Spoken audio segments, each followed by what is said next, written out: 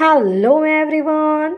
तो आज हम इस वीडियो के द्वारा सीबीएसई बोर्ड का हिंदी जो कि क्लास 10th का है, इसके स्पर्श भाग 2 के चैप्टर 6 पतझर में टूटी पत्तियाँ, इसके कुछ प्रश्नों को हमने अभ्यास कार्य पार्ट 1 में किया।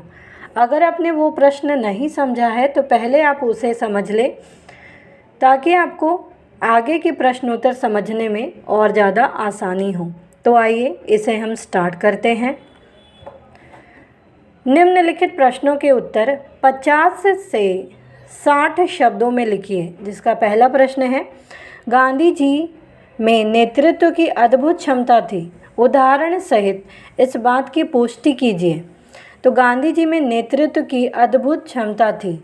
सत्य और अहिंसा के विचार पर पूरे देश को आंदोलित करने के लिए उन्होंने जिस प्रकार अपनी चेतना का प्रयोग किया वह विलक्षण था। गांधी जी एक प्रैक्टिकल आइडियलिस्ट थे। उन्होंने जीवन में आदर्श के साथ व्यवहारिकता की थोड़ी मात्रा को जायज़ माना कि आदर्श के साथ थोड़ा व्यवहारिकता होना चाहिए। उन्होंने आदर्श को गिरने नहीं दिया बल्कि व्यवहारिकता को ही आदर्शों के स्तर तक चढ़ाने के लिए अपने विचारों तथा कार्यक्रमों को दिशा दी। गांधी जी ने व्यवहारिकता को आदर्श के स्तर तक पहुंचाकर अपनी नेतृत्व क्षमता को सिद्ध किया। तो उन्होंने क्या सिद्ध किया कि आदर्शवादिता को नीचे नहीं आने दिया बल्कि व्यवहारिकता को आदर्श के स्तर तक चढ़ाने के लिए अपने विचारों को, अपने कार्यक्रमों को एक दिशा दी। नेक्स्ट है, आपके विचार से कौन से ऐसे मूल्य हैं जो शाश्वत है? वर्तमान समय में इन मूल्यों की प्रासंगिकता स्पष्ट कीजिए। अथवा वर्तमान समय में शाश्वत मूल्यों की क्या उपयोगिता है? गिन्नी का सोना पाठ के आधार पर लिखिए। अथवा शाश्वत मूल्य से आप क्या समझते हैं? गिन्नी का सोना पाठ के आधार पर बताइए कि वर्तमान समय में इन मूल्यों की क्या प्रासंगिकता है। तो जीवन में ऐसे अनेक मूल्य हैं जो शाश्वत हैं। सत्य, अहिंसा, प्रेम, त्याग, परोपकार, बंधुत्व इत्यादि समाज के शाश्वत मूल्य हैं। इन मूल्यों ने आदर्श समाज की स्थापना की है। विभिन्न समयों में अनेक महापुरुषों ने इन मूल्यों के साथ समाज के सामने आदर्श स्थितियों को रखा है। वर्तमान समय में भी ऐसे मूल्यों की प्रासंगिकता है। इन मूल्यों में गिरावट के कारण समाज का नैतिक पतन हुआ है। वर्तमान समाज में इन शाश्वत मूल्यों की आवश्यकता और भी अधिक बढ़ गई है। आदर्श की स्थापना के लिए इन मूल्यों का उत्थान तथा पुनर्स्थापन आवश्यक हो गया है। नेक्स्ट है, शुद्ध सोने में तांबे की मिलावट या तांबे में सोना। गांधी जी के आदर्श और व्यवहार के संदर्भ में यह बात किस तरह झलकती है, स्पष्ट कीजिए। अथवा गिन्नी का सोना पाठ के आधार पर गांधी जी के आदर्श और व्यवहार के संबंध में तांबे और सोने का रूपक स्पष्ट कीजिए। तो गांधी जी प्रैक्टिकल आइडियलिस्ट थे, यानी व्यवहारिक आदर्शवादी, दोनों का मिला जुला रूप।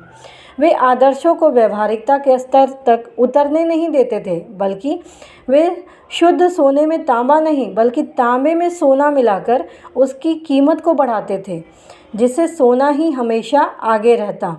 गांधी जी राजनीति में आदर्श तथा व्यवहारिकता के इस प्रयोग को दोहराते रहते थे।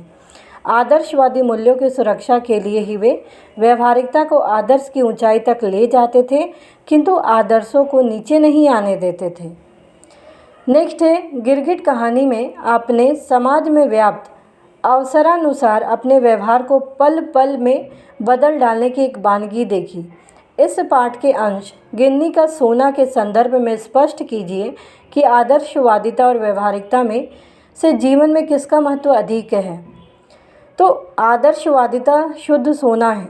इसे उपयोगी बनाने के लिए व्यवहारिकता के रूप में थोड़ा सा तांबा मिलाना जरूरी है। केवल आदर्शवादिता के कारण हम मूल्यों एवं सिद्धांतों को समाज में सही ढंग से क्रियान्वित नहीं कर सकते, जिससे समाज को लाभ नहीं मिल पाता है। आदर्श में व्यवहारिकता का हल्का मिश्रण विलक्षण आदर्श पैदा करता है। व्यवहारिकता को आदर्श के स्तर तक चढ़ाने की ज़रूरत होती है। इससे आदर्शवादिता की कीमत बढ़ती है।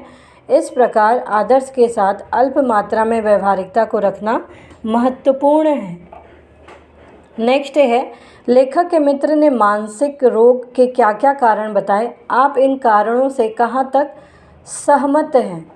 तो लेखक के मित्र ने मानसिक रोग के अनेक कारण बताए हैं। जापानी लोग अमेरिका से प्रतिस्पर्धा करने के कारण दिन रात काम में जुटे रहते हैं। भौतिक उन्नति की दौड़ ने उनके जीवन की भाग दौड़ बढ़ा दी है। वह हर समय काम में व्यस्त रहते हैं। वह हर समय उनके दिमाग की रफ्तार तेज रहती है। अकेले रहने पर भी वे स्वयं से ही उलझे रहते हैं। मैं इन कारणों से सहमत हूँ क्योंकि जीवन में निरंतर एकाकीपन, अकेलापन और हर समय काम की उधेड़-बुन मनुष्य को मानसिक रूप से रुग्ण बना देती है, रोगी बना देती है। नेक्स्ट है, लेखक के अनुसार सत्य केवल वर्तमान है, उसी में जीना चाहिए। लेखक ने ऐसा क्यों कहा है, स्पष्ट कीजिए। अथवा हमें सत्य में जीना चाहिए, सत्य केवल वर्तमान है। पतझड़ में टूटी पत्तियां के इस कथन को स्पष्ट करते हुए लिखिए कि लेखक ने ऐसा क्यों कहा है। तो अक्सर हम भविष्य की रंगीन काल्पनिक दुनिया में जीने लगते हैं या फिर बीते दिनों की खट्टी मीठी स्मृतियों में उलझ जाते हैं। हम या तो भूतकाल में जीते हैं या भविष्य में, दोनों ही मिथ्या है। एक बीत चुका है और दूसरा अभी आया ही नहीं है। लेखक मानता है कि हमारे सामने जो वर्तमान है वही सत्य है, हमें उसी में जीना चाहिए। वर्तमान काल अत्यधिक विस्तृत होता है। वर्तमान में जीने वाले का जीवन सरल तथा आदर्शपूर्ण हो सकता है क्योंकि भविष्य उसे चिंतित नहीं करता और भूतकाल उसे परेशान नहीं कर सकता। इस तरह जीवन की सारी गुत्थियाँ स्वयं ही सुलझ जाती है। हमें भूतकाल और भविष्यकाल दोनों में न जीकर वर्तमान काल में जीना चाहिए। निम्नलिखित के आशय स्पष्ट कीजिए।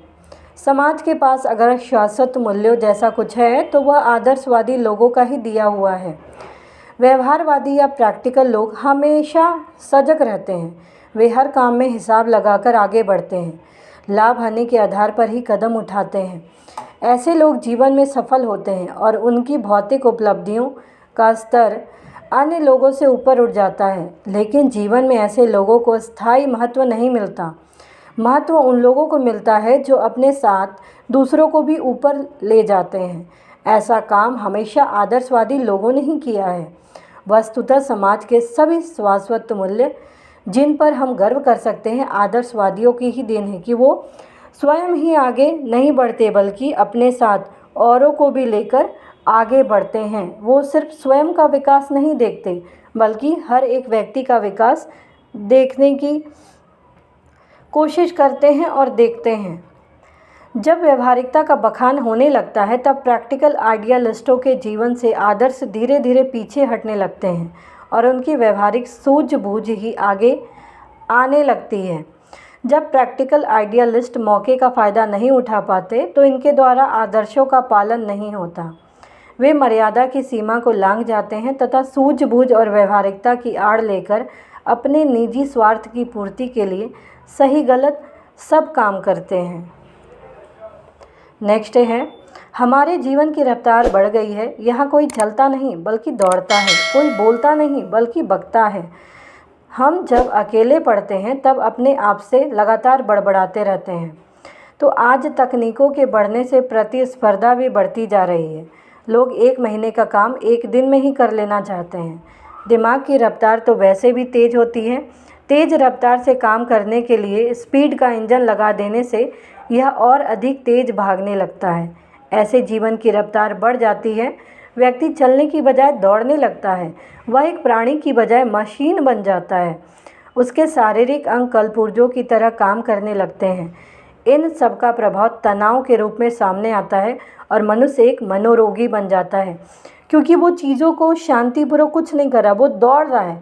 हर चीज़ में स्पीड का इंजन लगा है, अधिक तेज़ी से भागने लगता है। जीवन की रफ्तार बढ़ गई है। चलने की बजाय मनुष्य दौड़ रहा है। वो एक प्राणी नहीं बल्कि मशीन बन गया है। तो इस तरीके से वो मनोरोगी बन जाता है। सभी क्रियाएं इतनी गरिमापूर्ण ढंग से की कि उसकी हर भंगिमा से लगता है मानो जय जय जयवंती के सुर गूंज रहे हों। लेखक अपने 2 मित्रों के साथ जापान की एक टी सेरेमनी में शामिल हुआ। यह चाय पीने की एक विधि है जिसे जापानी चा नो यू कहते हैं। टी सेरेमनी 6 मंजिल इमारत की छत पर एक सुंदर पर्णकुटी में आयोजित होती हैं। यहाँ चाय पिलाने वाला व्यक्ति चाजीन बैठा रहता है। उसने अभिवादन के साथ लेखक तथा उनके मित्रों को बुलाया, बैठने को जगह दी, अंगीठी सुलगाई तथा उस पर चायदानी रखी, बर्तनों को तौलिए से साफ किया। उसकी सभी क्रियाओं में एक गरिमापूर्ण प्रवृत्ति नजर आती थी। तो किस प्रकार से यहाँ टी सेरेमनी रखा जाता है, जहाँ पे ज़्यादा से ज़्यादा 3 लोग ही शामिल हो सकते हैं, शांतिपूर्वक ये अपने समय बिताते हैं। चाय पीने की एक विधि होती है टी सेरेमनी, जिसको जापानी में हम चा नो यू भी कहते हैं। टी सेरेमनी 6 मंजिली इमारत की छत पर एक सुंदर पर्णकुटीर बनाई होती है। यहाँ चाय पिलाने वाला व्यक्ति चाजीन बैठा है और वो बहुत ही लेखक या उनके मित्रों का या अन्य व्यक्तियों का अभिवादन के साथ स्वागत करता है, बैठने को जगह देता है, अंगीठी सुलगाता है, उस पर चाय रखकर, बर्तनों को तौलिए से साफ कर, मतलब हर एक क्रिया उसकी बहुत ही गरिमापूर्ण ढंग से की जाती है। तो उम्मीद है आपको ये सारे क्वेश्चन आंसर समझ में आए होंगे। तो प्लीज़ आप इस वीडियो को लाइक करना, शेयर करना, सब्सक्राइब करना, कमेंट करना ना भूलें। Thank you.